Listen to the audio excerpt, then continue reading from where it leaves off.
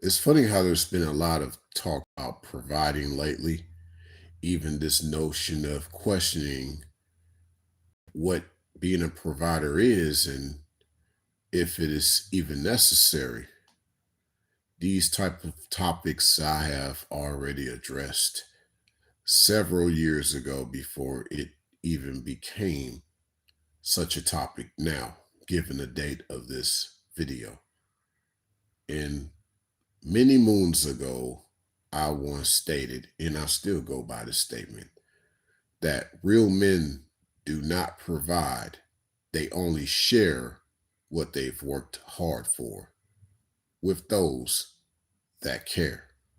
To provide in these times, especially in these times, definitely puts men into early graves because he's just being made out to be a slave to the plantation of his home, supposedly home, right? Like he's putting in all these hours only for him to have everybody walk away from him if he loses his job. Let him not get caught up in the law, like with law enforcement, and somehow he ends up going to jail for whatever reason. Nobody's perfect, but he gets out, he's without his family. Same could be said even with someone in the military. There's a lot of these cases, right? Where the military man or even the trucker, the trucker might have to be gone for weeks, months, sometimes years. It depends, right? But he comes back to no family, no different than the guy that had to get incarcerated. Makes you wonder, right? Is military some form of incarceration? Is being out there driving over the road some form of incarceration? It's keeping you away from home. It doesn't really make you feel free. Is that the case? Makes you wonder. But nevertheless, all this in the name of provision. I've seen guys out there, construction sites, men well off into their 70s, still trying to you know, weld, things like that. Definitely work with the iron. And this man is at his age incapable of doing it. See, there's this notion also that let's say he has a good woman in his life. She don't want him to work that hard, especially at that age of 70. She's like, honey, you need to slow down. You've been doing this all your life.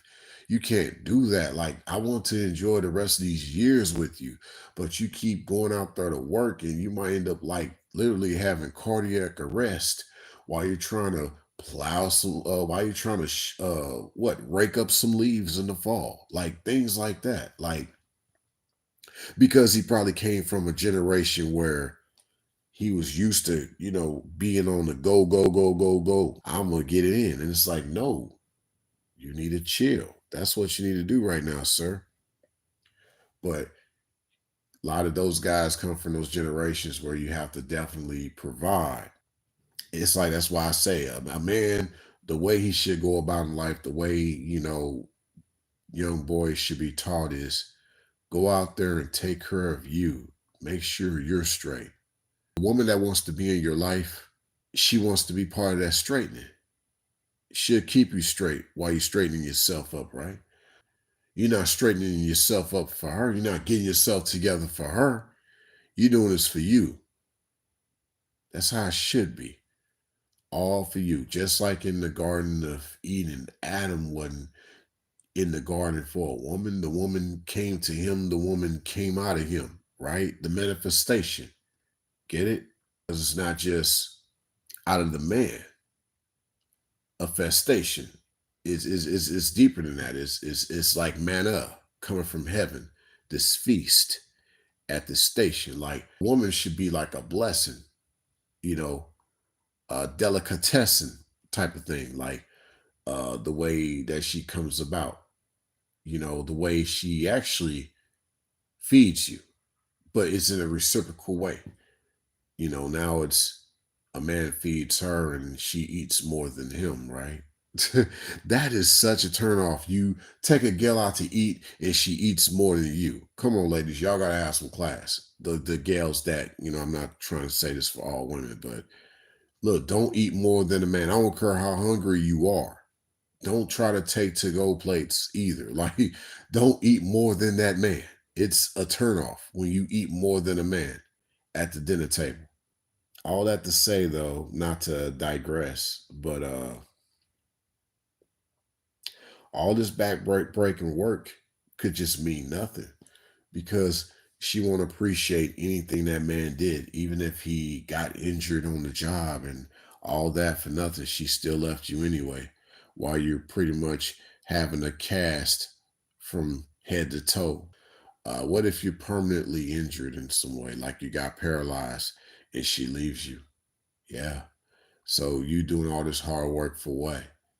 You falling asleep behind the wheel for her. Don't do that. Don't do that, guys. No. All this you doing for her is putting you to an early grave. You doing all this for her, and if you don't do enough, she gonna leave you. She gonna break up with you. I'd say this: you are more than welcome to dump me right now, sweetheart.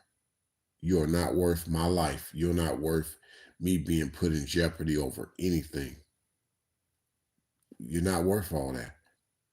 You should be worth uh my life in a good way, not in a bad way, right?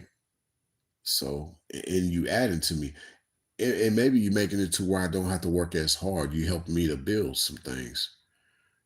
So, but I see a lot of this going on. I don't know where it stems from. Could be a mixture of baby boomer.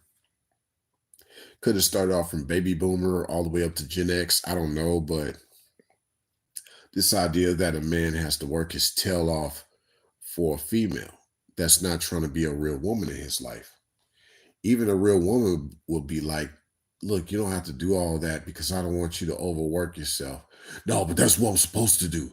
I'm the man. I'm supposed to do that. Like, so you're supposed to kill yourself for her. No, sir. No, don't do that. There's so much I could unpack with this. Hopefully, this video makes sense to some. Thanks a million for stopping by.